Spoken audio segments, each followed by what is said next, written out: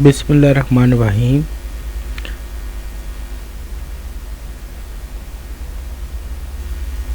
Today our topic is about respiratory pigment and upper respiratory tract infection for second year class by Usman Ahmed.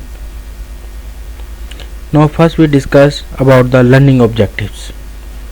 The learning objectives of our today lecture is to understand the structure and function of hemoglobin and myoglobin, infection of upper respiratory tract, and find out their causes and symptoms and their treatments. अब सबसे पहले अगर हम haemoglobin की बात करते हैं, haemoglobin basically it is the iron containing pigment which is found in our red blood cells.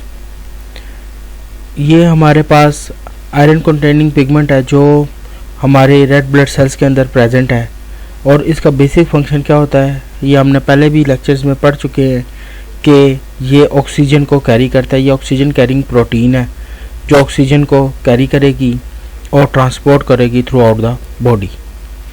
अगर हम इसकी स्ट्रक्चर की बात करें, it consist of 4 polypeptide chain.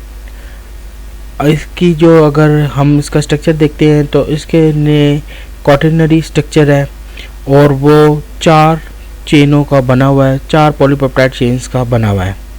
आगे हम इसका स्ट्रक्चर देखेंगे तो उससे आपको और ज़्यादा वाज़ेह हो जाएगा।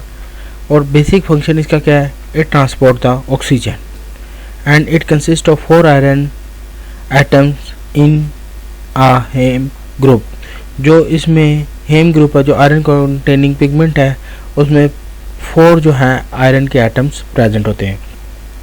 अगर हम अपने प्रीवियस लेक्चर में हमने बात की थी तो हमने ये बात की थी कि they have less affinity for oxygen as compare to carbon dioxide gas. तो इसकी अगर हम एफिनिटी के मॉलिक्यूल की अगर बात करें तो इसकी लेस एफिनिटी है ऑक्सीजन के साथ बाइंड करने की, और ये तकरीबन 60 मिलीमीटर ऑफ मरकरी में अगर प्रेशर है, पार्शियल प्रेशर है आपके पास ऑक्सीजन का या इससे कम है तो ये ऑक्सीजन को क्या करेगी, रिलीज़ कर देगी और ये उसके साथ बाइंड नहीं करेगी। और वैसे भी इसकी जो बाइंडिंग एबिलिटी है ऑक्सीजन के साथ वो लेस है as compare to the carbon dioxide. अब हम हीमोग्लोबिन के स्ट्रक्चर की बात करें तो हमारे पास ये एक पॉलीपेप्टाइड चेन, ये है एक पॉलीपेप्टाइड चेन, ये है, तो ये भी आपको एक पॉलीपेप्टाइड चेन नज़र आ रही है, ये भी पॉलीपेप्टाइड चेन है। ये alpha 1, alpha 2, beta 1 and beta 2 4 polypeptide chain है, जिनमें से हर पॉलीपेप्टाइड चेन में अगर आप ये देखते हैं पूरा ये जो एक स्ट्रक्चर बना जो 4 पॉलीपेप्टाइड चेन का है उसमें आप ये देख रहे हैं कि ये हेम ग्रुप है। तो ये जो हेम ग्रुप के अंदर एक आयरन एटम है, तो इस तरह एक आपके पास ये जो 4 पॉलीपेप्टाइड चेन का एक हीमोग्लोबिन का जो मॉलिक्यूल है इसके पास 4 आयरन एटम होंगे क्योंकि इसने 4 हेम ग्रुप को क्या कंटेन किया हुआ है, इस वजह से इसके पास जो है ना 4 मॉलिक्यूल्स होंगे आयरन के। और ये रेड ब्लड सेल्स के अंदर क्या होता है, हीमोग्लोबिन जो है वो फाउंड होती है, प्रेजेंट है। और बेसिकली ये क्या है, ये ऑक्सीजन कैरिंग प्रोटीन है और ट्रांसपोर्ट करती है ऑक्सीजन को थ्रू आउट द बॉडी। अब हम मायोग्लोबिन की बात करते हैं। It is also a respiratory pigment found in muscle. ये हमारे मसल में जो रेस्पिरेटरी पिगमेंट है वो प्रेजेंट है। कौन सी, myoglobin. It consist of 1 polypeptide chain. ये एक ही पॉलीपेप्टाइड चेन की बनी हुई है, इसका स्ट्रक्चर जो है वो एक ही पॉलीपेप्टाइड चेन का बना हुआ है।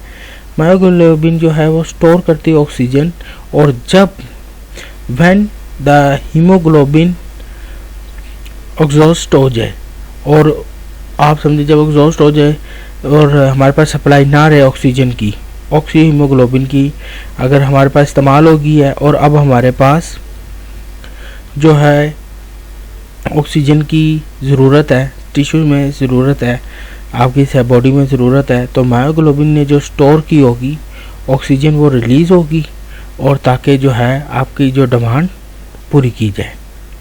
Myoglobin contain 1 iron atom in haem group. अब इधर जो इस मायोग्लोबिन है इसके पास सिर्फ 1 आयरन है, एक ही आयरन एटम होगा इसके हेम ग्रुप में। और देखते हैं कि ऐसे क्या, अब ये आगे जाके जब हम पिक्चर देखेंगे तो उससे हमें और ज़्यादा वाज़ेह हो जाएगा।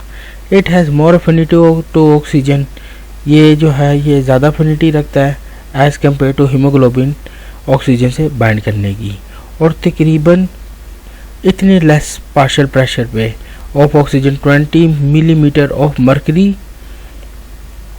पर, अगर इतना लेस प्रेशर होगा तो ये रिलीज़ करेगा ऑक्सीजन को। अब मतलब ये इतने लेस प्रेशर में जब आपके पास जो ऑक्सीजन है, ये ऑक्सीजन बाइंडिंग एबिलिटी इसकी कम हो जाएगी और ये ऑक्सीजन को रिलीज़ कर देगा। तो ये तो मायोग्लोबिन के बारे में था। अब ज़रा स्ट्रक्चर देखते हैं इसका। ये आपके पास जो है पॉलीपेप्टाइड चेन है, और इस पॉलीपेप्टाइड चेन ने जो है ना, एक जो है वो आयरन को, जो हेम ग्रुप ये प्रेजेंट है, इसमें एक मॉलिक्यूल क्या है, आयरन का प्रेजेंट होगा।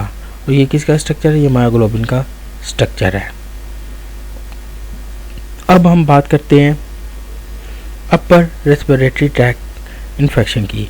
अपर रेस्पिरेटरी ट्रैक्ट इन्फेक्शन को स्टार्ट करने से पहले हमें ये पता चलना चाहिए कि अपर रेस्पिरेटरी ट्रैक्ट में कौन से पार्ट्स आ रहे हैं। Upper respiratory tract include nose, pharynx and लारिंक्स।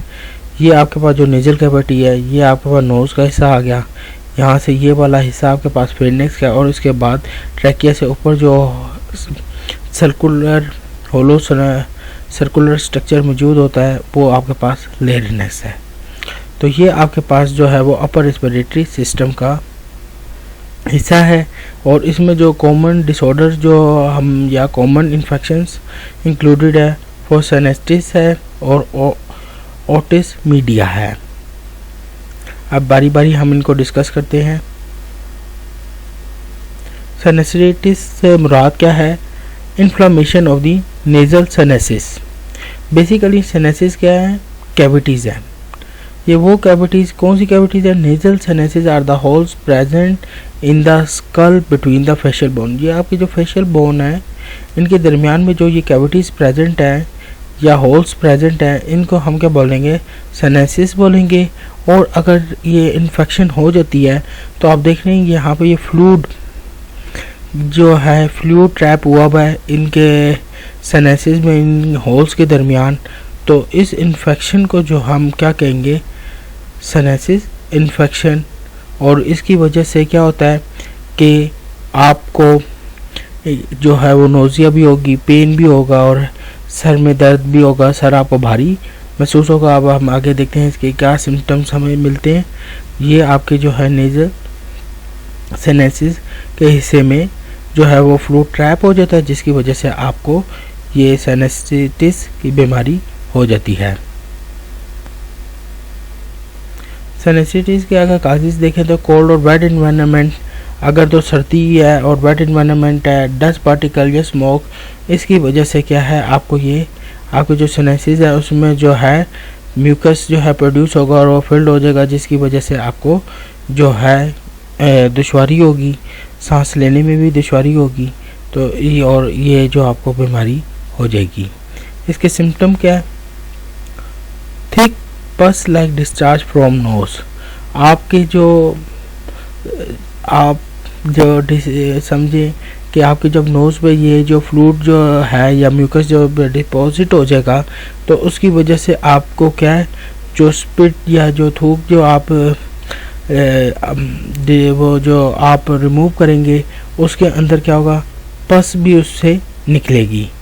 फिर और उसके अलावा क्या है, आपके सर में दर्द भी होगी, हेडेक भी होगा, और आपको सांस लेने में भी मुश्किल होगी, और इसके साथ साथ आपको फीवर भी होगा। अगर इसकी ट्रीटमेंट देखें तो इसमें सबसे ट्रीटमेंट ये है कि स्टीम को आप यूटिलाइज़ कर सकते हैं। हॉट या वार्म लिक्विड इनटेक जो है, डिकॉक्शन मुख्तलिफ़ किस्मों की आप जो कावा वगैरह या इन चीज़ों का इस्तेमाल कर सकते हैं। नेबुलाइज़र आप क्या है वो हॉट बाथ जो है, नेबुलाइज़र जो है नेबुलाइज कर सकते हैं, स्टीम दे सकते हैं, और अगर ज़रूरत हो तो आप एंटीबायोटिक्स का भी इस्तेमाल कर सकते हैं। इसके बाद जो अगली बीमारी है वो है ओटिस मीडिया। ये बेसिकली किसकी बीमारी है? Infection of the middle year. Middle ear में क्या होता है ऐसा जिसकी वजह से ये बीमारी होती है?